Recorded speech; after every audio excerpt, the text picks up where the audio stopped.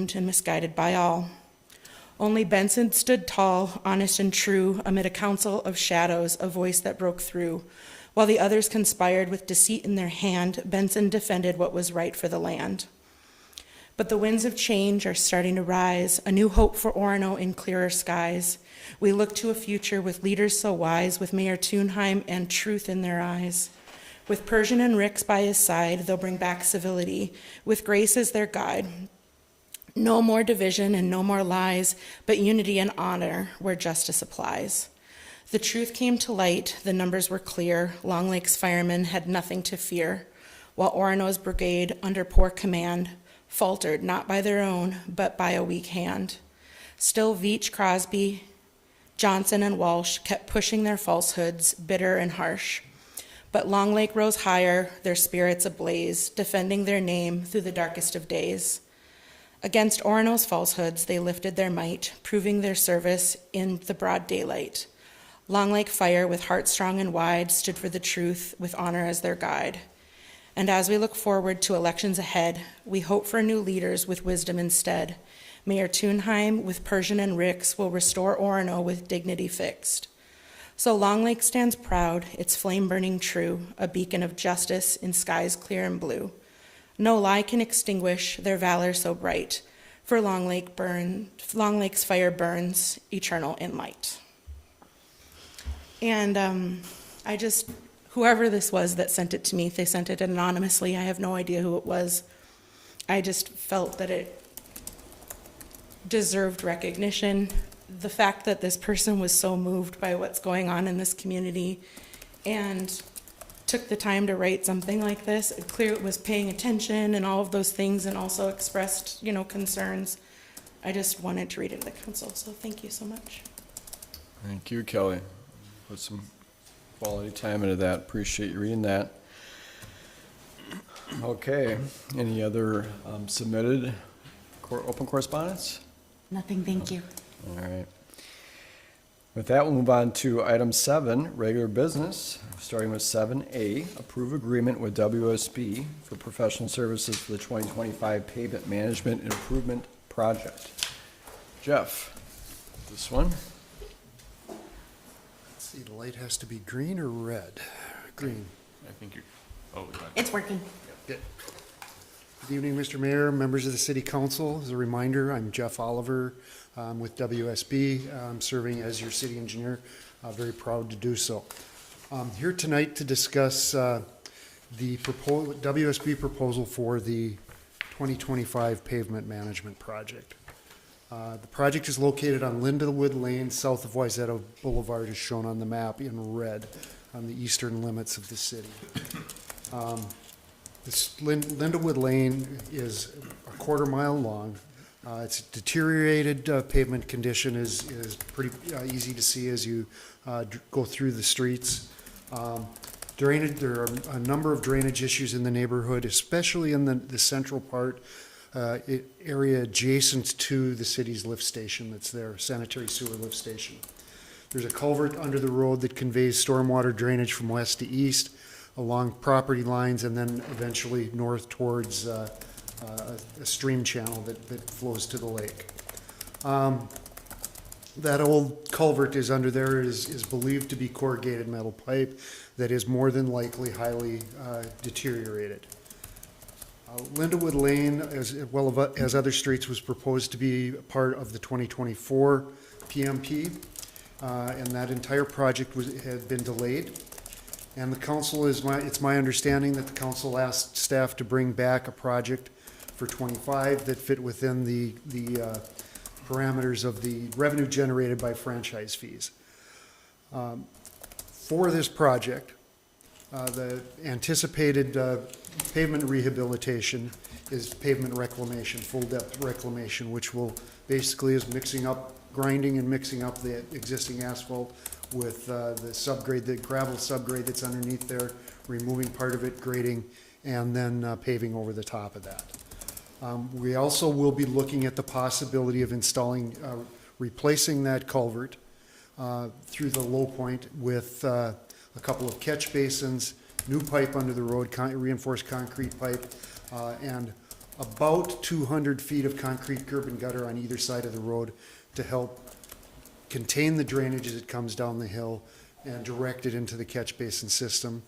We're anticipating that if that's feasible, we will be in contact with the builder that's currently building the home on the east side of the roadway and coordinate work, the final grading on that site with grading that would be needed with the concrete curb and gutter, and taking away the existing rural section such as it is on that portion of the roadway.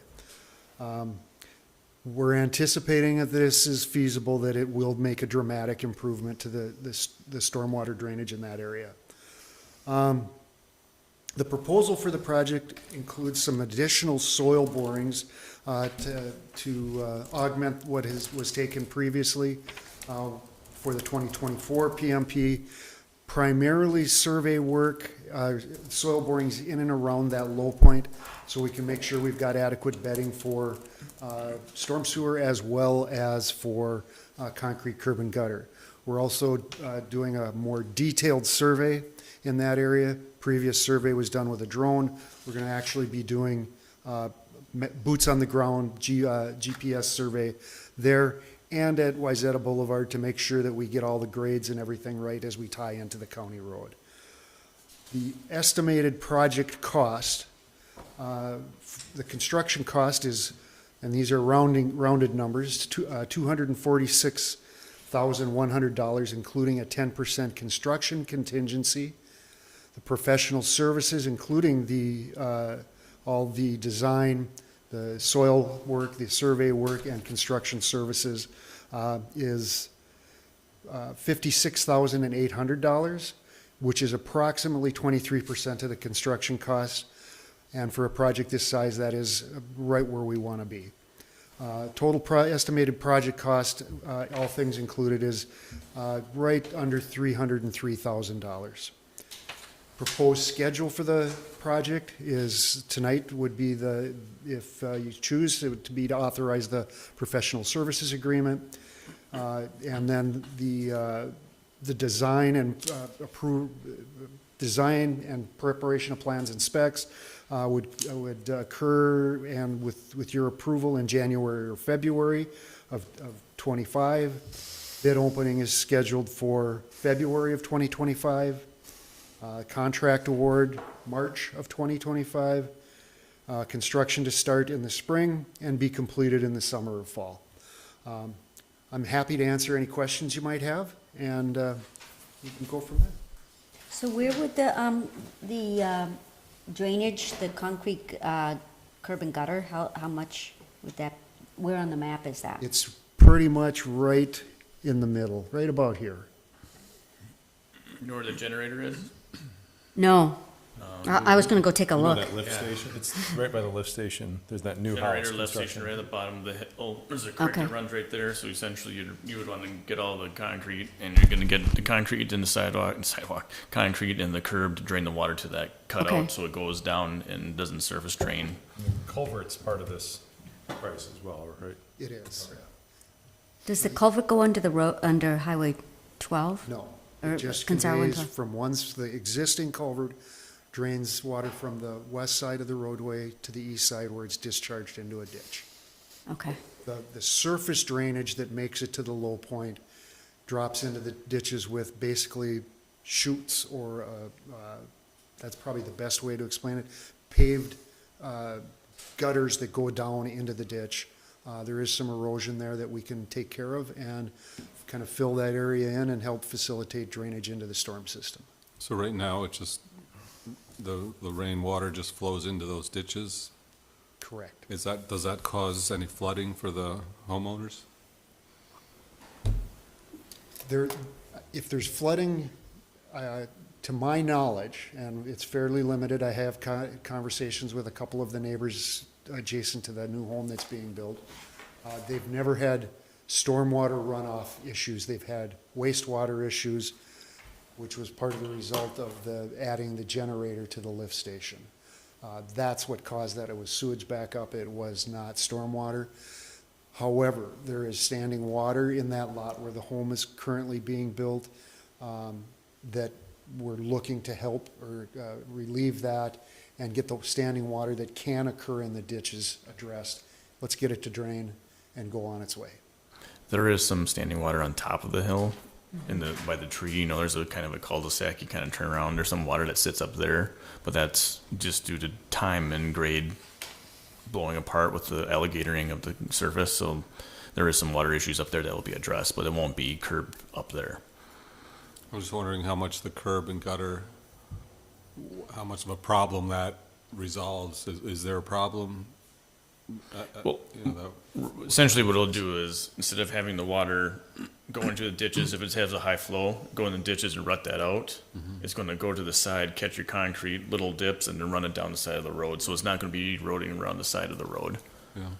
So when you do the curb and gutter, is it gonna kind of have a natural outflow to this culvert or ditch? So, yeah. There will be catch basins that will be installed in each curb line. Okay. Similar to what you see out here on the county roads, built right in, the curb, the gutter line lines up with the catch basins. That takes everything and drops it into the culvert, which flows to the east and goes on its way. So this won't run into any storm sewer piping or anything like that under the road? The proposal would be to have replace that corrugated pipe that's there or the existing pipe with a new pipe that's concrete, and the catch basins would be on either side of that, and a short piece of pipe each direction into the low areas to collect the runoff. How much of the cost is the curb and gutter? Do you have that? I have that over, let me grab that. So Jeanette, how much do we have in the franchise fee account? So does the 300K pretty much cover it? That I actually don't know. I'd have to defer to Scott on. I do know that, I mean, I think we have had some comment from neighbors in that area in the past about water and how a better drainage pattern would be something that they would appreciate. It also certainly, I'm sure curb and gutter, particularly in that area, would help preserve the future of the roadbed. To do a mill and overlay and have a bunch of erosion to the left and right of it, but the water pattern the way it is right now would be setting your road up for not maximizing the life it deserves. Protecting the investment. Sure. The concrete curb and gutter, the estimated cost at this point in time is about $14,000. I like to estimate high, so we plan ahead and be surprised at the bid opening. It's only 14,000 for 200 feet of curb and gutter? 400 total, 200 each side. Oh, I thought it would be a lot more than that. Okay. No, I'm not opposed to that. I just was curious about the cost. So I'm sorry, I didn't understand, is it going into, after it goes to this catch basin, is it going into this storm Yes, sewer? Okay, yep. okay. And that flows to the east side of the roadway underground and is discharged out a pipe into the drainage ditch that will be graded along the property line to the south property line of the new home. But where does the water eventually go? And it's gonna drain down to the east into that low area in the backyard of the. Right, but from there, Is it 112? does it go into Long Lake Creek Yes, I do believe so. I don't have, versus the lake directly? I do believe that is correct. I can confirm that. That's So, one of the things I'm not fully up to speed on yet, so I apologize. What's the prediction, would you say, with how's it been going with asphalt projects in last year or two? Is it, I think it's going, prices going up or going down or stable or? As oil prices spiked several years ago, prices went up. They're starting to drop and stabilize. Well, they Fairly- spiked today. Fairly close to, Oh, yeah. fairly close to pre-pandemic price per barrel, but still a little bit higher, and, there's inflation. The oil costs impact everything we do on a street project, from hauling materials to the site, to the excavators, to the paving, and like I said, everything we do. So there's no utilities we're dealing with under the road? It's just reclamation and repaving? And a little bit of the storm and a little bit Yeah, of. besides that. Yeah, and the reason we picked this one is because we're not touching utilities. So what's the time, you said start in the spring, finish summer or fall. What's the, total length of time to do this if you were going continuously? I would have thought it a few weeks, but is it longer than that? I would guess 3 to 5 weeks. That's a pretty good estimate. The issue that we'd run into is that the pipe crew, that's what they do. The curb and gutter, the concrete crew, that's what they do. What we have going for us in both of those is, both of those aspects are probably Bless you. Excuse me. one day's work, Yeah.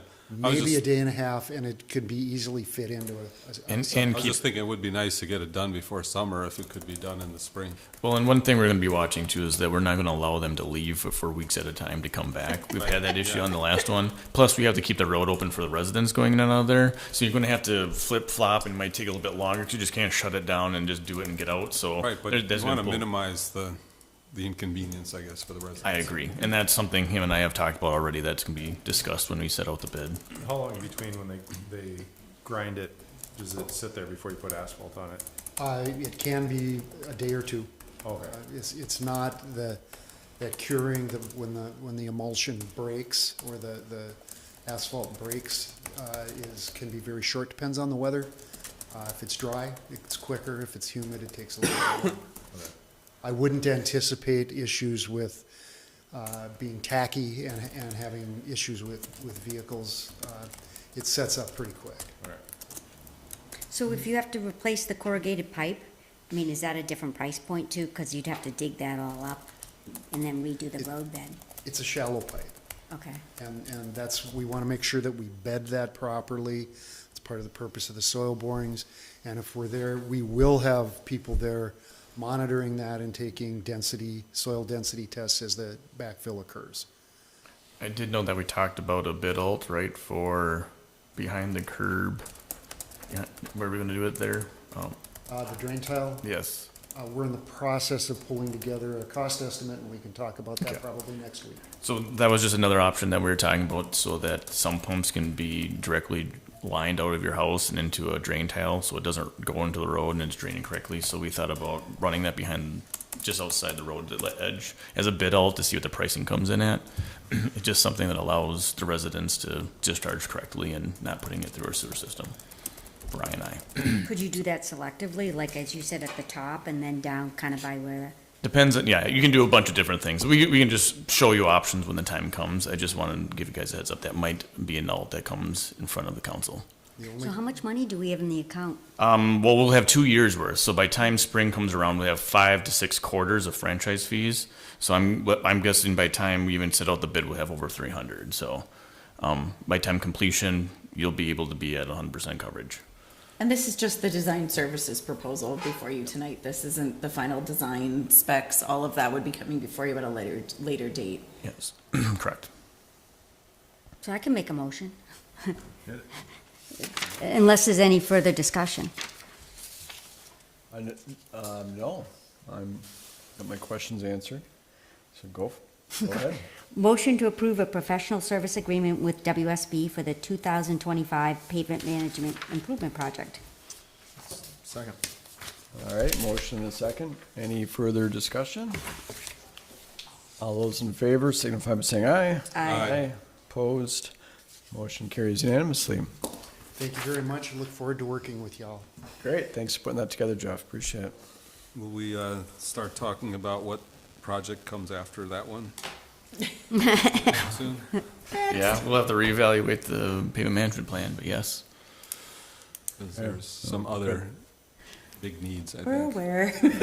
The house, is it being built on was there previously a structure on that lot, or? is No, it- this was a lot that was subdivided quite a number of years ago now. Oh, okay. It's had very wet years and very dry years, depending on the current climate of the year. And the current climate had it pretty dry last year. The price dropped a lot, and a lot was purchased, and a home is being built on it now. So it's one of the very few lots we have left, vacant lots, so.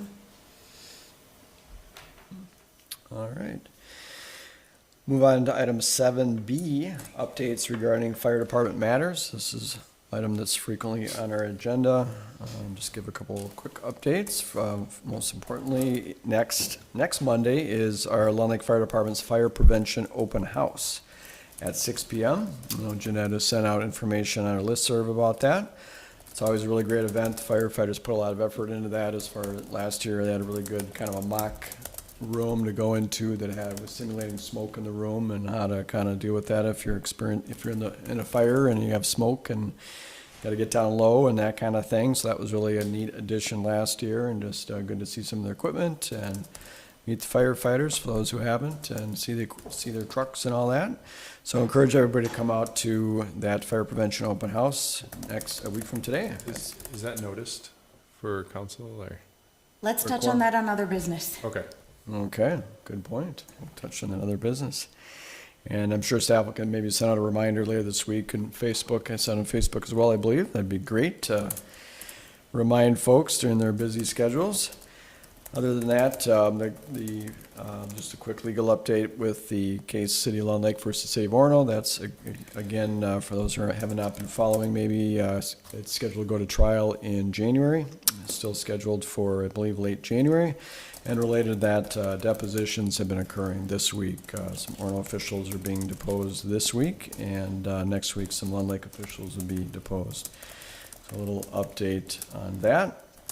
I heard this morning that from an area fire chief that discussions are going really well between the Mound Fire Department and the St. Bonifacius Fire Department regarding merger discussions they're having, and that sounded really promising, and it sounds like they're kind of closer than ever to being able to do that and working out some pension issues and things like that. So I thought that was a really good update. We're excited for them over there, and that they're potentially getting close to being able to merge, as Loretto and Hamel Fire did last year.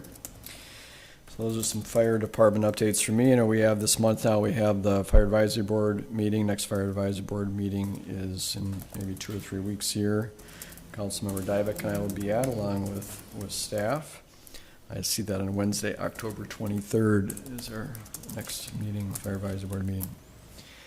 Anyone else have any fire department matter updates? All right. Then we will move on to item 8, other business already.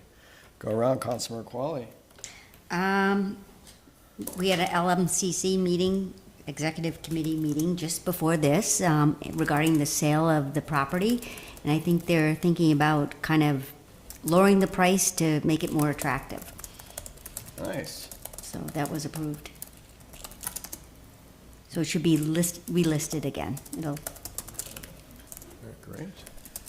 The open house notice. Bring that up right now, might as well, sure. I actually did already draft a notice to post this afternoon, and I was about to click print and then thought maybe before I do that, I should ask council members if there are any other upcoming events that spring to your mind that I should be including on that notice in the next month or two. I cannot think of anything else myself. Any of you? Does Wayzata have any forums for the council? No, because no one's running, they're all unopposed. Unopposed? Yeah. Just had the Wayzata open house last week or two, so no, I can't think of anything at the moment. Okay.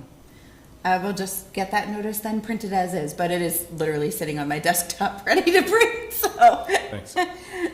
Thank you. Great.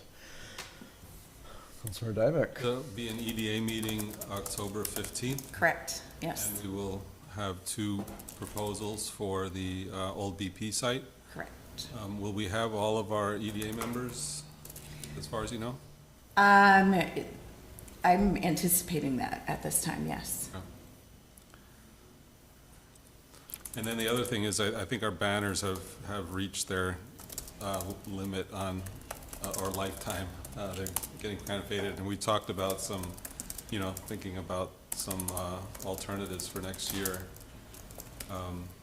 One proposal from our graphic artist that did these banners is to have just local art entries in somewhat of a contest, whether it be adults or kids from the schools or what, but, I don't know.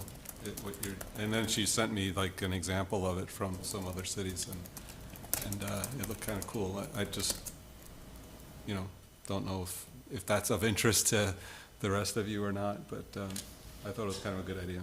But we'd have to start it now, so that we have the artwork by the spring and then can get the banners printed. But I'll bring, I should have brought her example. I didn't bring it with me, but I can maybe share it with you all. I can send it to you, Scott. And so you were going to do that through the school, John? Well, Contact that's the- an option, is to, do something through the art departments at the schools, or just put out, a blanket, announcement to like submit your artwork, what Long Lake represents to you, or something, something like that to residents of Long Lake. I mean, it wouldn't have to be limited to the schools, but we could do it that way too. I could actually envision a concept where we, put out our own announcement about it on listserv and Facebook and try to drum up some local interest, see what happens, and then maybe like have a group of 2 council members, 2 planning commissioners, and 2 park board members all being like the judging for favorite artwork submitted, assuming we would receive submissions, but we could, pump out our notice to local art programs, including the schools. So I could see that being something we could drive.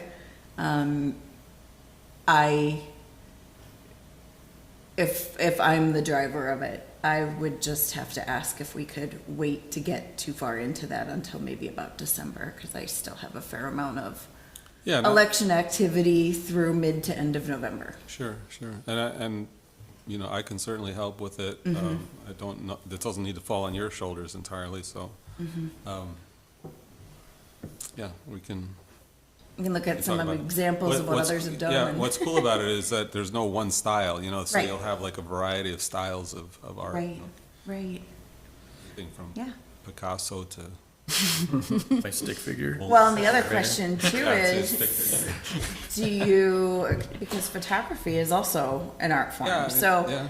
do you limit it?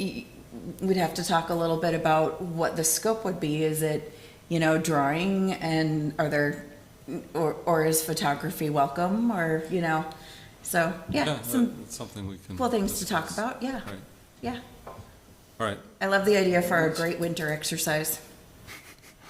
That would be neat. That's all I had. All right. I'm going to give a PowerPoint presentation for my mayor council report. You guys have the remote control. I think it's to your right or computer there, or? No, I actually thought I left it by you. But I've That- got that it would be plugged it. in, right, but don't we need to switch? Oh, that? sorry. You're already plugged in. There we go. Okay. Let's see here. Hopefully can project properly.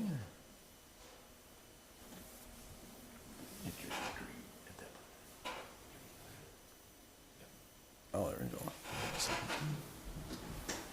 Nice, there we go. All right, got it.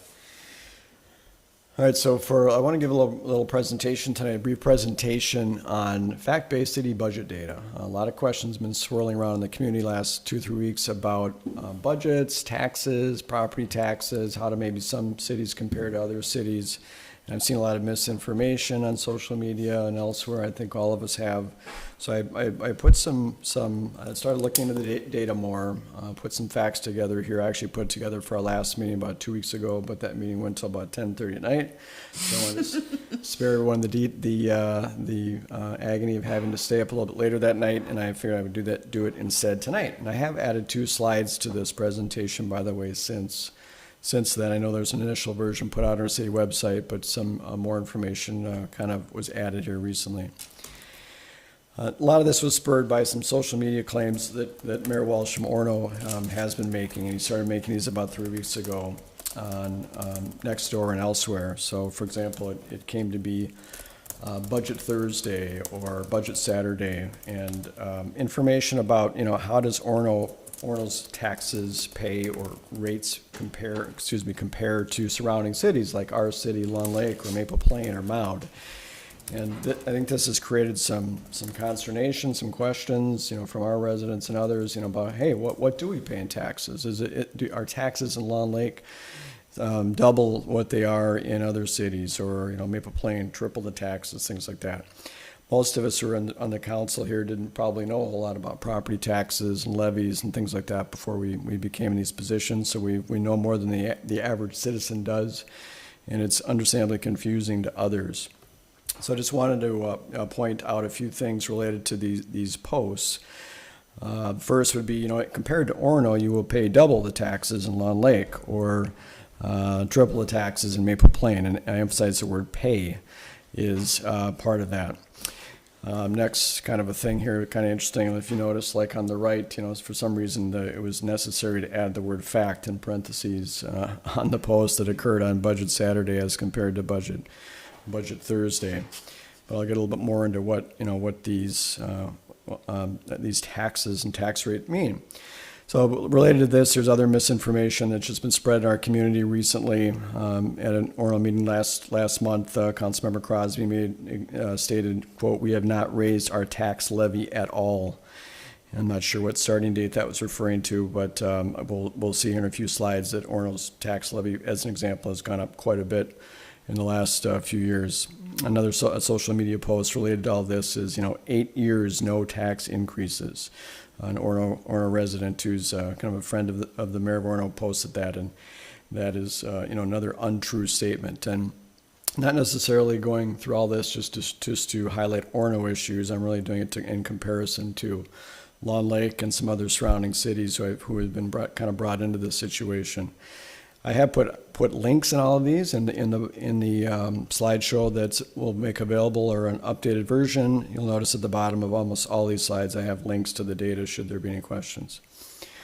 So how are property taxes computed? Again, I didn't know a whole lot about this when I became mayor, and I imagine most of us didn't. And it's a little fuzzy topic. So is it just based on a rate? Are taxes solely based on a rate?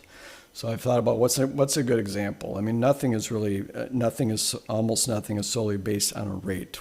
Most of us probably pay mortgages, and so let's use that as an example. If homeowner A's mortgage rate is lower than homeowner B's mortgage rate, does that mean that homeowner A pays less for their mortgage? No, of course not. I mean, it's also based on a principle. What's the principle of your mortgage? What does your mortgage start off with? That's and how long was it? Was it 20 years? Was it 20 years or 30 years? All those things are going to factor into what you'd pay for a monthly mortgage payment.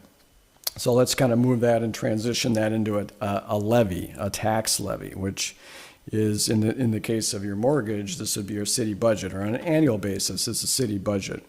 How is a city budget, how does that turn into a city levy, excuse me? So a tax levy is essentially the annual city budget, which is all the expenses that are going into operating a city, minus all of your non-property tax revenues. And in most cases, in the case of Long Lake and Orono, for example, that's really nothing, because that would be local government aid. And our cities, unfortunately, do not qualify for that. And so it's really just, when you disqualify that, it's really just your city budget, in our case, is your city levy. So those two terms are interchangeable for the purpose of this discussion. And this information, by the way, is from the League of Minnesota Cities, link below there. So let's roll that into the next slide here, which is how do we determine how our property tax is calculated, or city property tax is calculated? And there's really a three-step process. There's three things involved. So there is your total proposed local budget, which I just explained on the previous slide, and that's your local tax levies. So that's the annual amount that the city has determined they're going to tax their residents, i.e. their budget. Step two is the tax capacity, which is your taxable market value of all of the properties in your city, whether it's homes or whether it's commercial or retail, and there's different classification rates for those. And there's a formula that turns out to equate to your tax capacity. And our cities, don't have much, little to no input in that. That's based on the county, and they assess those come up with those tax values, and that equates to your tax capacity. So that the step 2 is not something that really cities have the ability to control for the most part. And then step 3 is that tax rate that we've been hearing about. So that is your local tax levy divided by your total tax capacity and come up with your tax rate. So cities do have the flexibility to set that tax rate. And cities historically who have more expensive property values, more expensive homes, are able to set a lower tax rate than cities that have lower valued home, have lower taxable market values. So these 3 things come into play as you're determining how property taxes are calculated. There is also step 4 in some cases, that is property tax credits and levies, things like that, state general tax, but in some cases those don't apply when it comes to local municipal property taxes. One thing to highlight is we all are aware that our home values, our home taxable market values, increased significantly just a couple of years ago. So in Hennepin County specifically, they went up over 16% in 2022, and then in 2023 they went up another 5.7%. And this was specific to residential single-family homes across the county. So a lot going on in this slide here, a lot of numbers, a lot of data, but what I want to highlight with this slide is the extreme growth in property tax, in taxable market values that occurred in 2022, and that translated into some changes for 2023. So the blue column there on the left is what the percent increase of taxable market value in communities around us, and from really high there, and this is sorted by the column here, the green column, but on the left here, Mound, went up 28%, their taxable market values. We experienced a 19% increase, Maple Plain 13%, Orono 24%. All the communities around us had really significant increases in our taxable market values, which was, there's pros and cons to that. Of course, as a homeowner, it means your values of your home should be going up, but that also has some tax implications as well.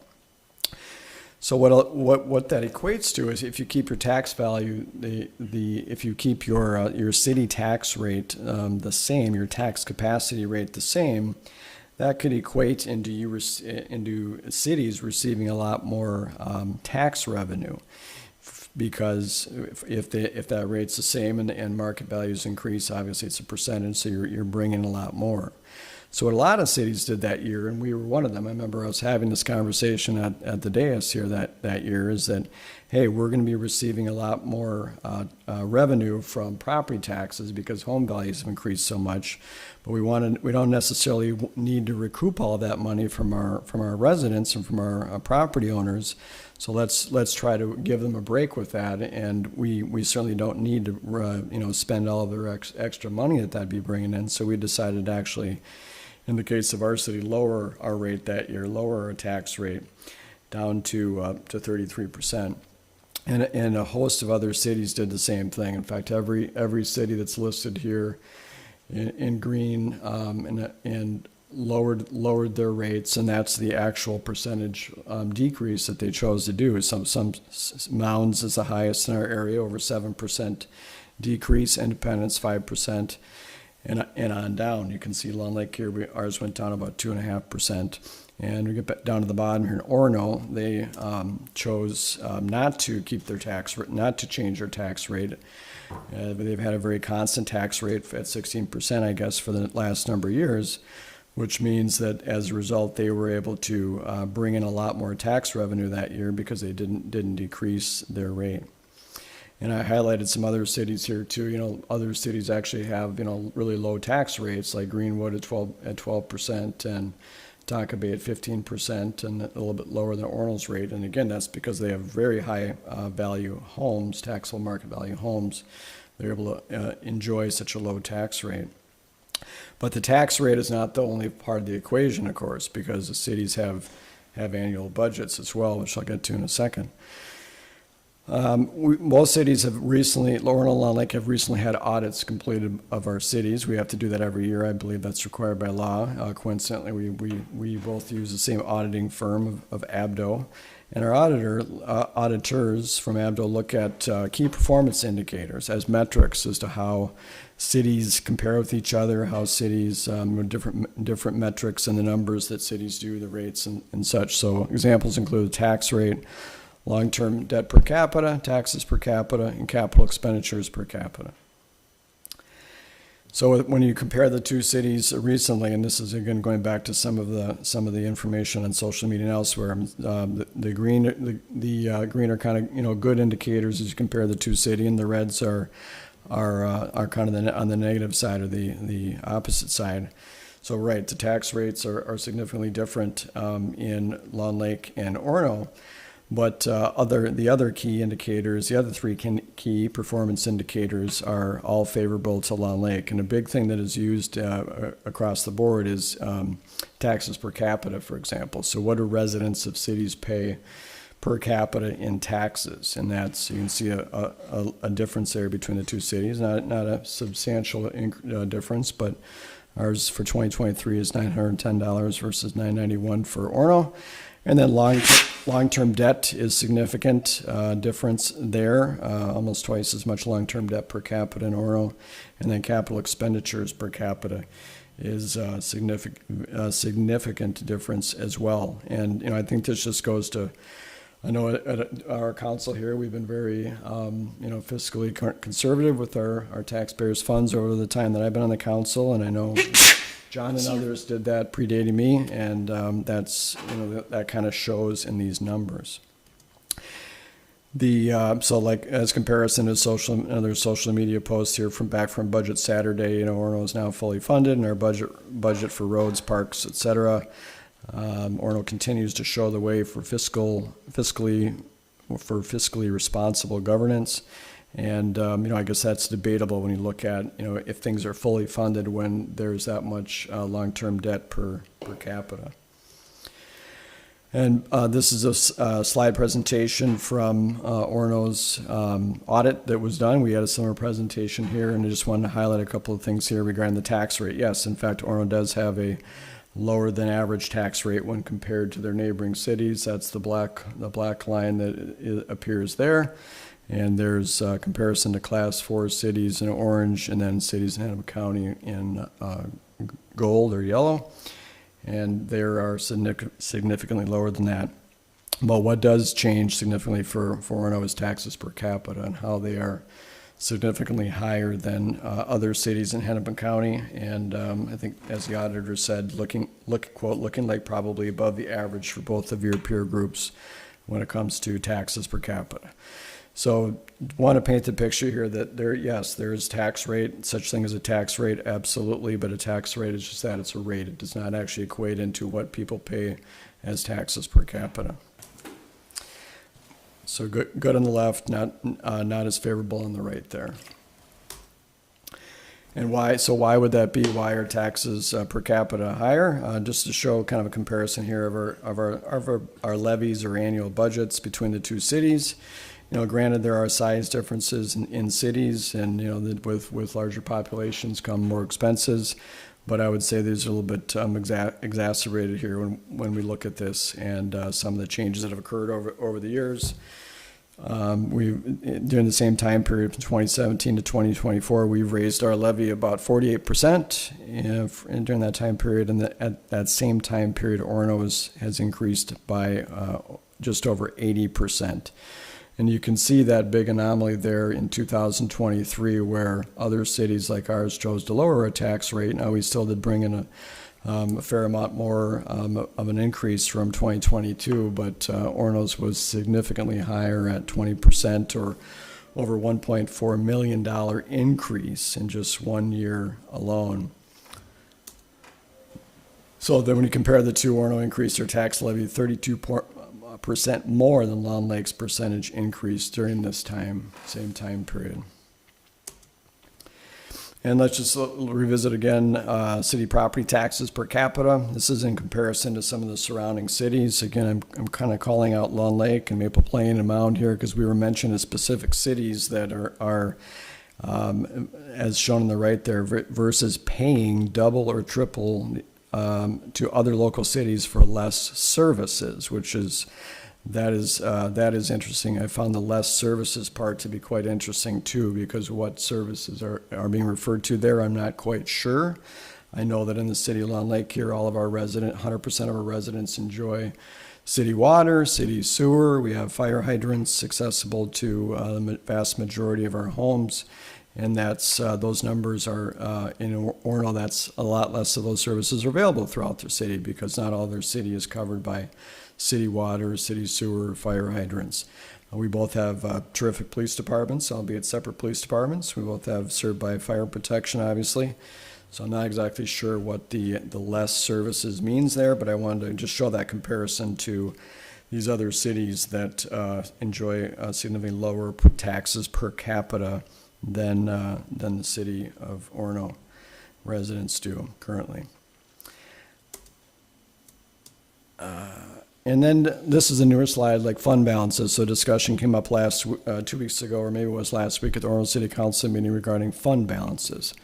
Fund balances are balances that are kept on hand for sort of rainy days, sort of a rainy day fund. Or also another example would be property tax revenue. So the county pays property taxes and passes that on to the city. And that's done, I think, in installments, and there's ebbs and flows in between those installments. So sometimes you may be waiting for the next, cities might be waiting for their next payment from the county, and you need to have some money in hand just to pay bills and payroll and that sort of thing. So that is what fund balances are essentially for, and having a reserve of those is important for cities. And there's some standards out there that cities should have, and as the League of Minnesota Cities states, the city's reserves are an important indicator of a city's overall financial health. One thing that I found interesting, this was on the Orono, again, this is Orono's, this slide is from Orono's last council meeting, and they're looking at reducing their fund balance policy. And I noticed all of the surrounding cities in our area were listed here, except for our city for some reason. Our city is almost completely surrounded by Orono. I'm not exactly sure why we were excluded.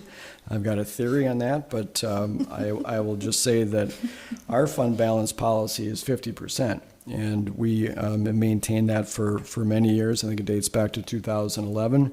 So there's us towards the right with other cities that, like Maple Plain, and actually Maple Plains is a little bit higher, but like Shorewood and Minnetrista, that enjoy or maintain a 50% balance.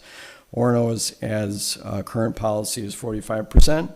And their meeting last week was, it was decided that by their council that they were going to lower their fund balance from 45% to 40%.